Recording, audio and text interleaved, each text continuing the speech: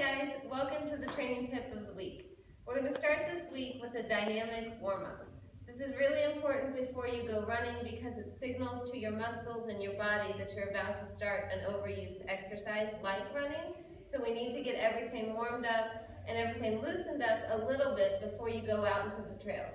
These are some really basic movements. It's easy to do this right before you go run as you're walking to the trailhead or as you leave your car or something like that. Just make it really quick, don't spend too much time, but really get your body used to the exercises and ready to go run. So the first one is going to be knee hugs. You're going to step, keeping your knee in line with your hip, and pull it in to your chest. You don't have to hold it very long, just a couple seconds. And when you do this, you really want to feel the stretch up the back of your hamstring.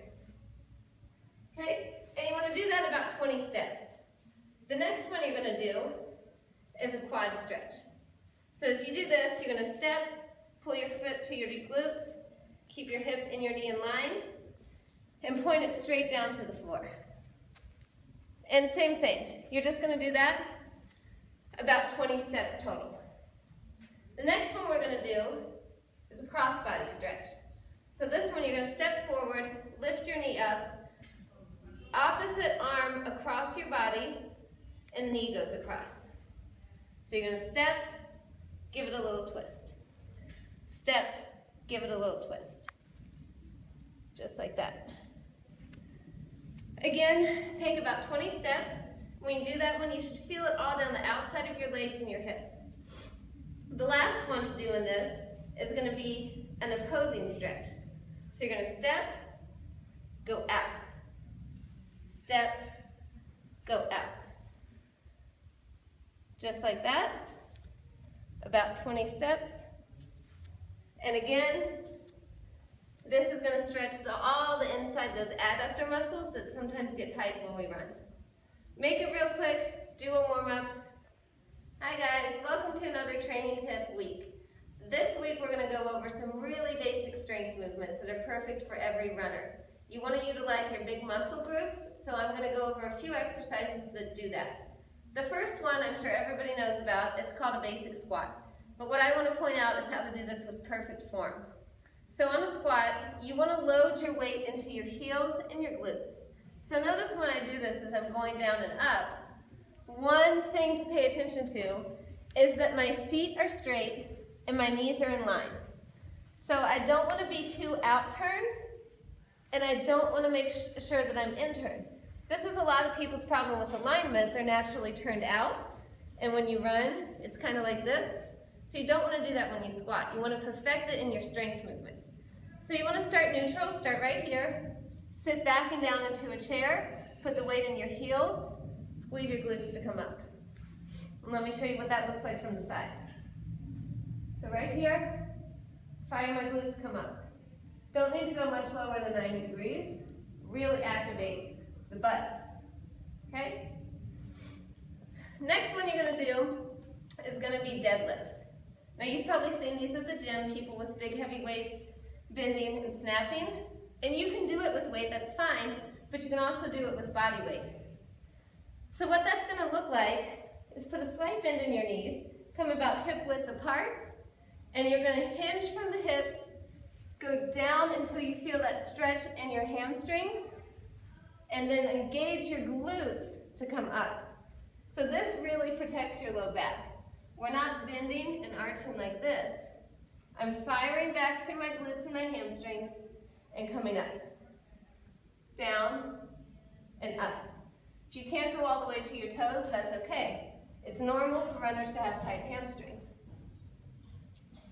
And again, if this gets easy, start to add a little weight to it. But you do enough of these, even with body weight, you'll start to feel the burn. This is great for runners who typically have tight and weak hamstrings. The next one we're going to do, reverse lunges.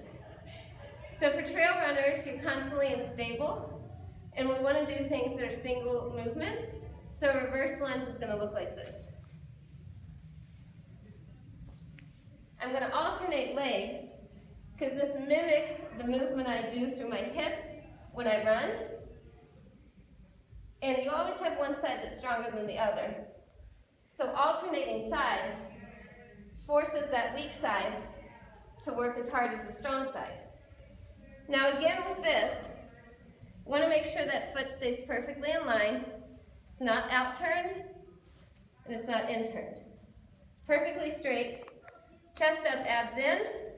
I'm going to lunge back, flyer through my glutes. Good. Last one of the day, lateral lunges. Runners move like this.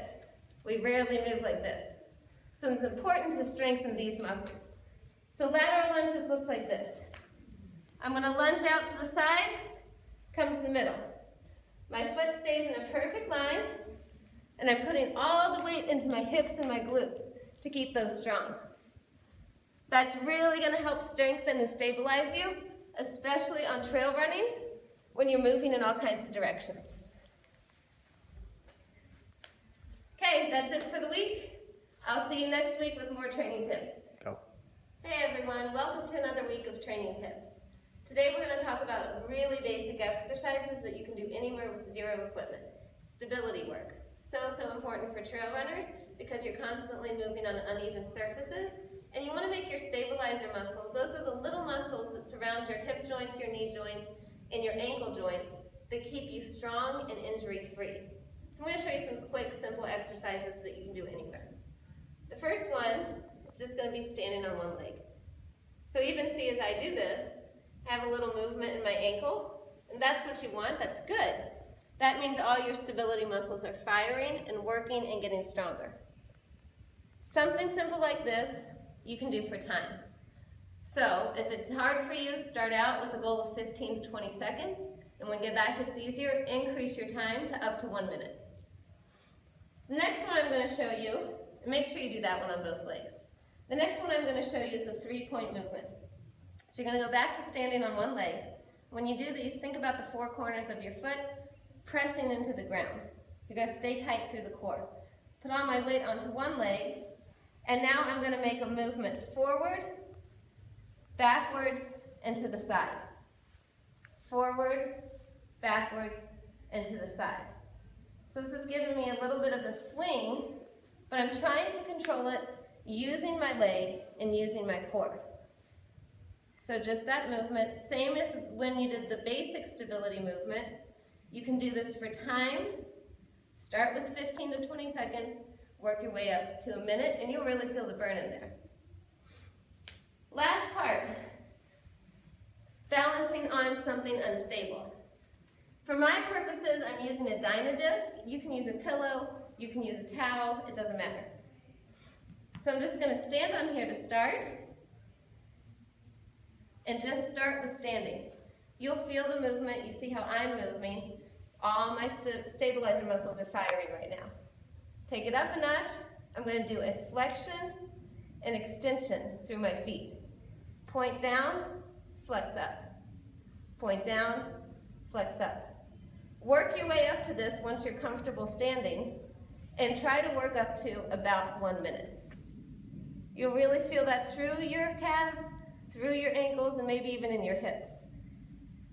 Okay? Okay, so try those 3 stability exercises for the week. Try to get those in there about once a week. I'll see you next time for some more training tips. Have fun.